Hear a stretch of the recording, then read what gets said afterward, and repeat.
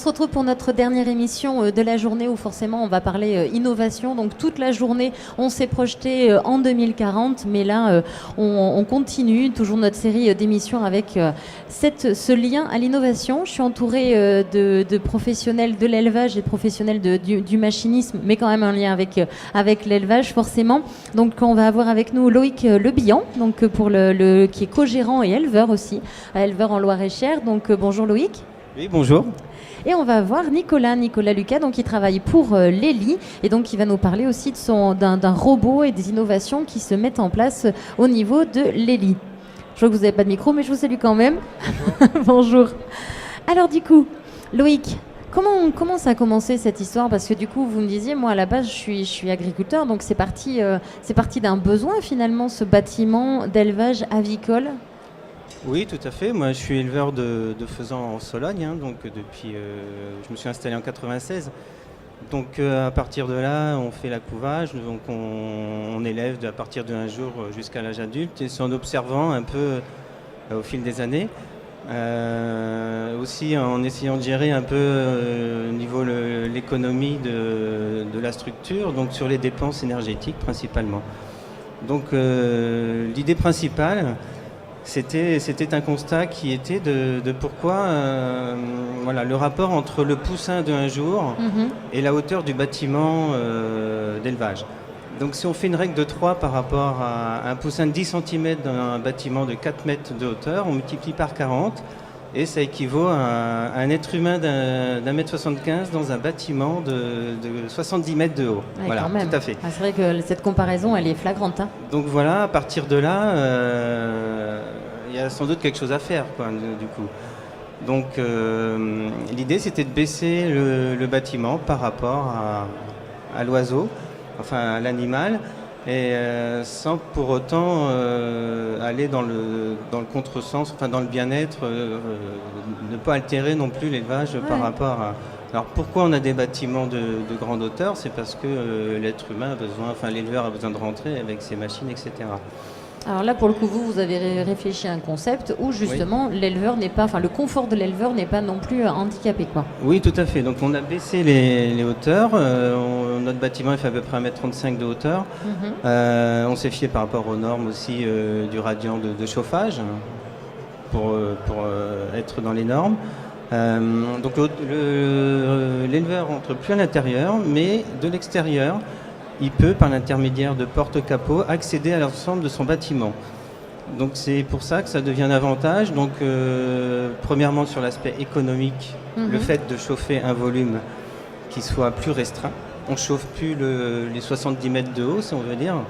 On en chauffe beaucoup moins. Et l'autre avantage, c'est le fait de ne pas rentrer à l'intérieur sur le plan sanitaire. On ne va pas véhiculer les bactéries, différents microbes sur un élevage qu'il peut y avoir sur un élevage. Sur des différentes espèces qu'il peut y avoir sur un élevage. Donc surtout à 1 jour, les sujets sont quand même assez sensibles. Et voilà, il y a 2 avantages principaux. Donc après, le bâtiment d'élevage, il peut aussi être utilisé comme poussinière de démarrage, c'est-à-dire de 1 jour jusqu'à 4 ou 5 semaines. Il peut être installé à l'intérieur d'un autre bâtiment, de façon justement à l'utiliser en poussinière. Et au bout de 4 ou 5 semaines, il est démonté et il est réutilisé dans un autre bâtiment. D'accord. C'est quelque chose, vous avez des demandes de plus en plus grandissantes ou, Alors des demandes, oui, il y a beaucoup d'interrogations un peu sur notre concept parce que j'ai juste un site internet, j'ai pas de force de vente derrière. Là, c'est presque mon premier salon en réel parce que les gens se posent... s'intéressent, posent des questions, mais ont du mal à s'imaginer du concept en fin de compte. Donc depuis 2 ans, il y a une vente régulière. On va dire que c'est encore à l'échelle artisanale, mais ça demande qu'à évoluer, à être connu. Et on est sur quel coût pour un bâtiment comme ça? Alors on part de 7 mètres carrés et jusqu'à 20, voire plus. Après, on peut l'allonger, on ne va pas l'élargir parce qu'on a toujours besoin d'accéder au centre du bâtiment. Mais on va l'allonger. Donc un bâtiment de 7 mètres carrés, il est mis à 1 330 € hors taxe. D'accord. Un bâtiment de 19 mètres carrés, il va être à 2 995, un petit 3 000 € hors taxe. Donc voilà, après ce qui est important, c'est les économies d'énergie. Oui. La Chambre d'agriculture, depuis 2011, a effectué des tests. C'est une agricultrice qui travaille en label rouge. Et donc, avec ses différents relevés, il a été constaté une économie de 80% d'énergie. Ah, quand même. C'est-à-dire sur son élevage, 8 € du mètre carré par an.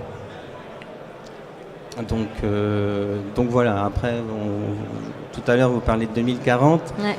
C'est vrai qu'un bâtiment qui serait un peu autonome, ce serait aussi un peu l'avenir. Ce serait intéressant de pouvoir imaginer un jour un bâtiment qui puisse s'auto-chauffer, je sais pas. Voilà. Enfin bref, on n'en est pas là, mais si on peut déjà obtenir 80%, et même sur un lot d'été, elle n'a pas chauffé du tout, quoi. Donc c'est intéressant. Voilà.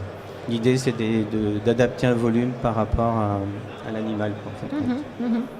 Comment on passe d'éleveur enfin, vous allez me dire, en tant qu'éleveur, on est aussi chef d'entreprise, mais vraiment, là, vous me dites, c'est vous qui faites la commercialisation, c'est vous qui faites tout ça, enfin, ça s'improvise pas non plus, tout ça? Je pense que c'est une question d'envie et de passion, et c'est une réflexion 24 heures sur 24, principalement. Alors après, on est peut-être dans une bulle.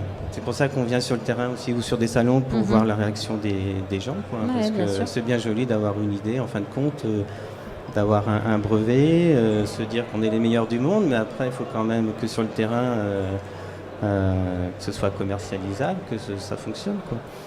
Donc moi je pense que voilà, c'est une question de personne, il faut avoir envie de changer les choses, de vouloir travailler autrement, et à partir de là on peut faire beaucoup de choses. Je me suis adapté à des logiciels de dessin, à un centre d'usinage, donc voilà, c'est du temps, mais on y arrive toujours. Alors après, peut-être qu'il faudrait quelques partenaires, quelques gens autour, des commerciaux, une structuration un peu plus importante. En termes de projet, de projection, c'est plus vers ça que vous tendez, d'arriver à pouvoir avoir une vente régulière et de faire connaître, déjà aussi pour faire évoluer votre outil. Oui, pourquoi pas s'entourer de personnes qui soient très compétentes, voilà, parce que je peux avoir des limites sur beaucoup de choses, quoi. Donc mon métier premier, c'est éleveur. C'est ça. Donc c'est pas toujours facile, mais bon, après, quand on a envie, je pense qu'on fait beaucoup de choses. Voilà. Très bien.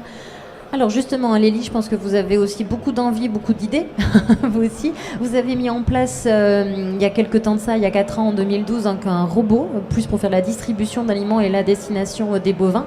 Vous, déjà, vous me resituez un petit peu, Lélie, l'entreprise et aussi votre force de frappe, entre guillemets, sur le département de la Vendée. Donc, nous, l'entreprise Lélie, c'est une entreprise qui est hollandaise. Donc le siège international est basé en Hollande. Après, en France, dans chaque secteur, on va dire, il y a des Lélie Centers. Donc nous, on est basé à Cholet. Et donc on fait le sud Maine-et-Loire, sud Loire-Atlantique, quasiment toute la Vendée, puis un petit peu le nord de Sèvres. Donc on a un secteur où on a aujourd'hui 300 robots de traite.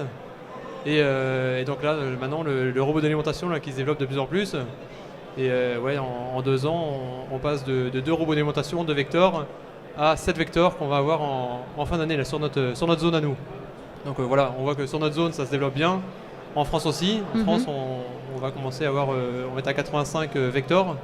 Donc voilà, on a quand même du recul et voilà, on a une place de leader aujourd'hui qu'on tient à tenir, et donc voilà, faut et donc pour tenir aussi cette place de leader, il faut être innovant vous aussi, il faut à chaque fois être devancer les besoins des agriculteurs, je suppose.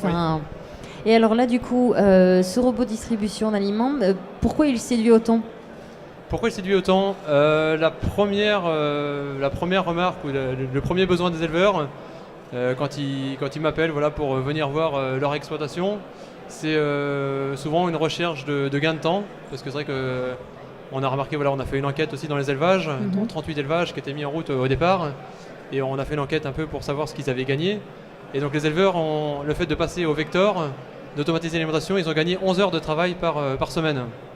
Donc c'est vrai qu'aujourd'hui, voilà, on voit les élevages qui ont de plus en plus de travail à faire avec de moins en moins de personnes. Donc le vecteur répond bien à ces demandes-là.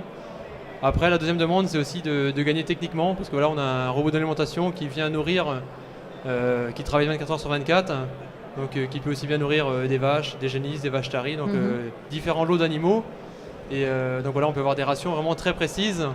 Et ce qui se passe, c'est que d'abord le vecteur vient repousser et vient mesurer surtout la hauteur qui reste à l'auge.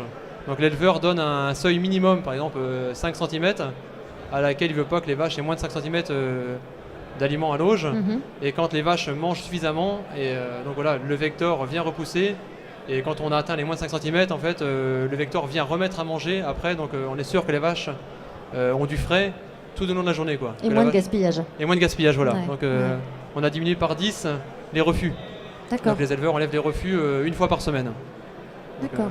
Et là aussi, en termes de coûts, je pense qu'il y a aussi un investissement, mais bon, Oui. En termes de, si on enlève les temps d'astreinte, la main-d'œuvre, des choses comme ça, comment vous l'évaluez? Alors, comment on l'évalue en fait? Donc, le coût de départ, grosso modo, un Vector, c'est autour des 150 000 euros. Donc, après, comment l'évaluer? C'est qu'il faut calculer en fait par rapport à un système classique, parce que voilà, c'est vraiment, il y a un tracteur qui est devant un engin motorisé, donc un autre tracteur qui vient charger. Alors que là, le Vector, en fait, l'éleveur a des cubes à couper, des cubes de maïs ou des cubes d'ensilage d'herbe. Il les coupe, il remplit ce qu'on appelle nous la cuisine, c'est le bâtiment où on stocke les cubes. Et donc là, l'éleveur remplit 2 fois par semaine. Donc en gros, il passe 1 heure ou 1 heure et demie 2 fois par semaine, alors qu'avant, il passait 2 heures, voire 2 heures et demie par jour. Par jour, ouais. Donc c'est là que et le week-end, l'éleveur n'a pu avoir cette astreinte de gérer l'alimentation. Donc c'est quand même une grosse demande qu'on a. Donc, voilà. Ouais, donc la notion de robotique est assez forte aussi, parce que là du coup on parle du robot distribution d'aliments, mais vous avez aussi lancé tout ce qui est robot de traite. Oui. Donc là aussi c'est quelque chose, pouvoir soulager l'éleveur. Oui, et c'est vrai que le robot de traite, voilà, le robot de traite Lely a commencé en 1992, a lancé le premier robot de traite. Donc c'est vrai que voilà, c'était les premiers sur le marché à se lancer. Et aujourd'hui, voilà, on en a un peu plus de 4000 en France. Donc c'est vrai que voilà, de 92 à 2016, c'est une courbe exponentielle. Ouais. Et on voit qu'il y a une demande très forte dans les élevages. Bah, c'est toujours du confort aussi pour eux. Et puis je pense que, comme vous le disiez, par rapport aux gains de coûts et les économies qu'ils peuvent engendrer, voilà, ils réfléchissent bien, surtout dans ce contexte-là, même s'il y a un investissement fort au départ, ça c'est clair.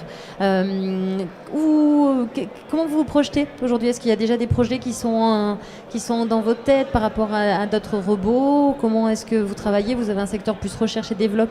Vous avez Oui, alors le secteur recherche et développement, donc il est basé en Hollande, là-bas où se trouve le siège international, ainsi que l'usine, parce que tous nos robots et nos vecteurs sont fabriqués en Hollande. Donc c'est là-bas qu'il y a le pôle recherche. Et voilà, il faut savoir que fréquemment, il y a des nouveautés qui sortent, que ce soit sur le robot de traite comme sur le vecteur. Lely travaille toujours pour aller toujours de l'avant et puis toujours garder sa place de leader, comme vous disiez. Est-ce qu'il y a un échange avec les agriculteurs, ces fameux agriculteurs? Enfin, comment vous faites remonter les informations? Est-ce qu'il y a des systèmes d'échange, d'enquête? Comment vous allez Donc en fait, ce qui se passe, c'est que donc chaque Lely Center, donc voilà, nous on est vraiment proche du terrain, proche de nos éleveurs. Donc voilà, on a souvent des contacts même tous les jours avec nos éleveurs. Et c'est eux qui nous font les remarques. Après, on fait les remarques à Lely France. Et de Lely France, ça remonte après à Lely International. Donc, il y a une enquête de satisfaction qui est faite tous les ans chez les éleveurs pour savoir, en gros, sur le robot, qu'est-ce qu'ils pourraient trouver amélioré, ou sur le vecteur, qu'est-ce qui pourrait être fait en plus. Et voilà, après, Lely fait les travaux en fonction de ce qui est remonté sur le terrain. Ouais. D'accord, très bien.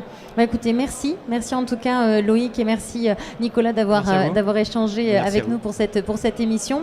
Je vous rappelle que du coup vous pouvez encore consulter toutes les émissions de ces 3 jours de salon, donc sur notre chaîne YouTube. N'hésitez pas aussi à aller sur le site internet de Tech Élevage et sur agri85.fr pour consulter tous les reportages qui ont été faits depuis 3 jours. Merci encore à vous de nous avoir suivis et puis à très bientôt.